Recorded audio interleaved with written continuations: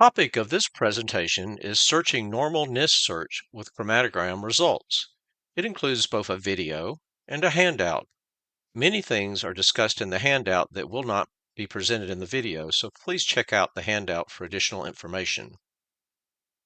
This full course is offered on my website for the NIST 26 with the newly integrated deconvolution library searching for both EI GCMS and LC-MS-MS analyses.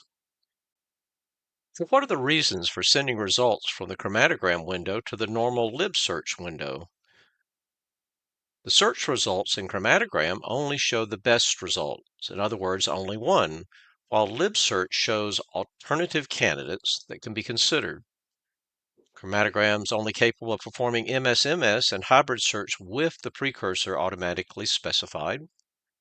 Identify MSMS and similarity hybrid allows user to select the precursor. LibSearch has an additional identity MSMS high-res no precursor type search for substructural information. LibSearch offers full spectrum, impurity tolerant, or partial spectrum searches. A hybrid similarity search will be discussed in a separate video. So we'll go to the software to demonstrate. So we're in the chromatogram window, and I want to see if there's other possibilities for this component that was identified as thiobendazole in this window in the chromatogram. So I'll send it to libsearch by hitting library search, right click, and then library search. Before we look at the results, let's make sure the settings are correct for this. So the search will be identity MSMS, which is the same search we did with the chromatogram. We're just trying to get alternative structures here. And in spectrum, we could deselect that and put our own in some cases, but majority of the time, leave it checked in spectrum. And we want to do a full spectrum search, and that's what's done in the chromatogram window. So those are all good settings there. We want to make sure that the settings for the tolerances are 20 and 40 parts per million, the same that we use in the chromatogram window, just checking to make sure they were consistent within the two programs. And the libraries, we're doing the high resolution MSMS, which is the largest NIST library, but you could add the APCI or the low resolution or your user libraries or even NIST formatted libraries from the internet by crowdsourced. So that's all the setting. So what we need to do, I just want to search it again. So you could double left click on this or select it and hit go and it'll search it again. If you go down to the bottom, you'll see that the highest fit is the same that we found in the chromatogram window. If you come down though, there's an isomer. It's a very reasonable fit and very similar score where the sulfur is just in a different place in the ring. As one would suspect, those would be very similar. The other thing you want to note here, the scores are pretty low, aren't they? But in MSMS, they can be fairly low and still have good hits, while if you were doing an EI search and got below about 700, it probably wouldn't be worth looking at. So note that these are reasonable, and then it falls off dramatically. So these are two possibilities. Well, which one is it? Well, it depends on the chemistry of what you're doing, and also just if you know other components in the database, sample history, etc. But look here, the databases. This one, the top one's in 36 different databases. You can scroll down here and see what they all are at the bottom. So it's seen by a lot of different people, while this other one is only noticed in one database. So just a probability-based determination, you'd think this is more likely. So you always want to consider the number of databases it was selected in. The other parameters you might want to change in this type search is best matching only.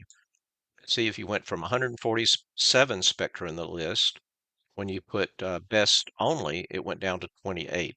So you get rid of a lot of duplicates, so there's less to look at. So you might want to click that on. The other thing is this filter for in-source. I normally leave it off, but you can enable filtering, and it enables the filtering after the search is done. So you can always turn it on and off and reverse that, but I usually keep it off. And this gets rid of other things that you might not want to consider, the type of instrument, the type of precursors, etc. It just filters them out and makes the list smaller. So let's try the other identity search, the one that I call is looking for substructural type information. So close this, come up to the settings. Instead of the identity MSMS, I'll pick high resolution, no precursor. Okay. select it again, go to search it again. You'll still have the two top hits as they were before because it shows this same substructure for this part of the ring, this heterocyclic ring here for both of these. But then you notice the next one down also shows that type of substructural information, and even the next one. And that's the case and for many searches you'll do, you'll find substructural information here, while if you had looked at that within with the precursor, you would have only seen the top two here, and you would not see other similar things that have this. So to say again, it's a good way to search for substructural information by just looking at some of the low fragment ions. It gives you an idea of the class of compounds, or at least part of the molecule. There are three different methods that one can use. We normally do the full spectrum search, which gives you the score, but we can also do an impurity tolerance search called a reverse dot or a partial spectrum search. So why would you want to do these? Well, a reverse dot search does not penalize for extra peaks in the spectrum that are not present in the library spectrum. So let's say you got more fragmentation information for one reason or another than the other, then you would have an extra lower mass ions that would not be present in the library spectrum. Well, this doesn't penalize for that. The other one would be partial spectrum, does not penalize for peaks absent in the spectrum that are found in the library spectrum. So if you only got a partial spectrum because you didn't put enough energy into it, you would not be penalized for the ions that you were missing at lower mass. So you can pair this with the identity search and actually with the precursor similarity search that we'll talk about later to do these specific instances where your spectrum just doesn't quite match, and that might find some use. So give it a try and see if it helps you. So that's pretty much all of the different type things that you can do with the lib search window. But the main thing in most cases will be just to find alternative suggestions for what your identity might be, because remember, the chromatogram only gives you the best one. Good day.